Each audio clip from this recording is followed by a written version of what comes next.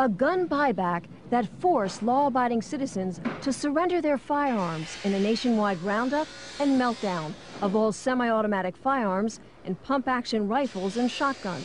640,000 ordinary conventional firearms confiscated and destroyed.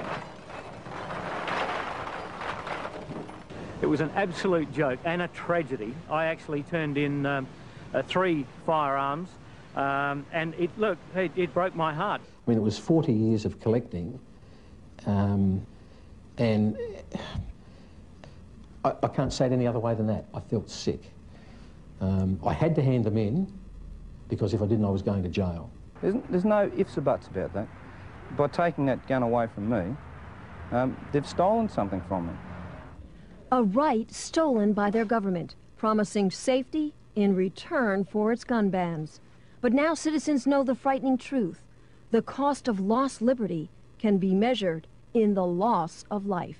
It's become very, very obvious, even to blind Freddie, that the expenditure of $500 million has done absolutely nothing to reduce crime. It certainly didn't do what the government touted it would do, which was to reduce crime.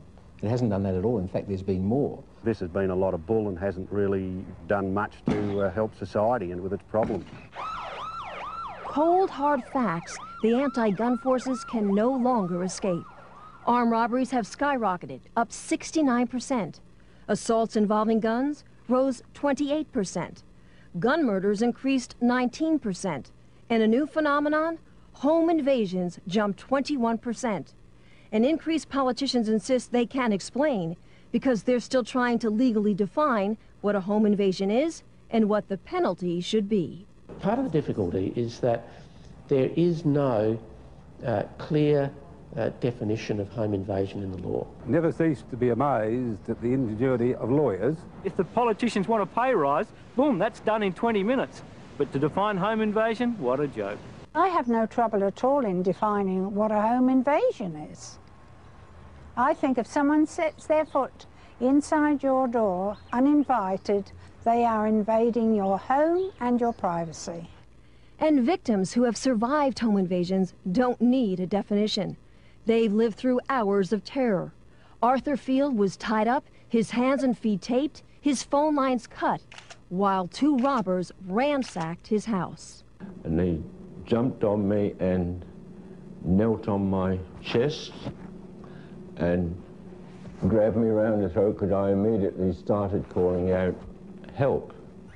I don't know how many men, they start smashing the windows. There was a lot of glass shattering, a lot of noise outside, and I stood in the kitchen, I was trembling.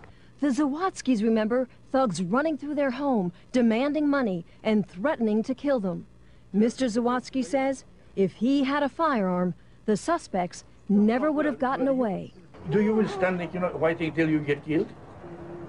Or you will defend yourself? Tell me true, you will defend yourself. Scars that never heal, citizens left powerless. But it's criminals who have been empowered and emboldened by the new gun laws because the innocent can't fight back. What's happening today is that the offender, the bad guys, are happy to break into somebody's house. They're not frightened to break into somebody's house while they're at home. Citizens denied the right to protect themselves by a justice system that won't. Well, my opinion of the legal system here is it's absolutely weak. Weak as water. I mean, it's because they've just got no backbone. That the sentencing for various crimes is just pathetic. And police who can't. They're undermanned and morale has never been lower. It's very bad at the moment. It's never been worse. Since 1993, we've had a real decrease in over 230 sworn police officers in this state. These policemen have joined the job, policewomen have joined the job to go out and do it, and they can't even attend at breaks or assaults because there's no vehicle to even get them there. I mean, that's just absolutely ridiculous. Gun laws that have backfired. And Australians who have been forced to hide behind bars and deadbolts. Some are even installing extensive security systems because the firearms they still own that haven't been banned have to be locked up, unloaded, and unavailable. I mean, get real. If I have someone break in here, I've got to go get the bolt, get the rifle, find the ammunition somewhere else, put it all together, and then defend myself if this other person's got a firearm that's going to threaten my life. No way, it doesn't bloody add up. A political fraud, gun bans that haven't made a difference, and gun owners now struggling to stop a growing momentum against them. The people pushing the removal of guns from the Australian society are already saying that's only the first step, publicly, that's only the first step. Now we want the handguns, we want every other firearm. They're warning to Americans, don't think it can't happen to you. It can, and it already is. Unless you, as a firearms owner, get off your butt now and start to oppose those that want to take them off of you right here and now, I would say that within 5 to 10 years, the restrictions on gun owners in America will be similar to what happens in Australia. Don't trust your politicians. Get in there, keep on their backs. Be a member of the NRA, be a member of your local gun club. Be part of the NRA and never, ever, ever give up your freedoms, because that's, in the end, that's all you've got. If you think you have rights, tomorrow the government can take them away from you. I think the Americans have to be very, very careful, because, you know, their rights will be quickly eroded, as ours have, and we don't have a chance in hell of getting those rights back.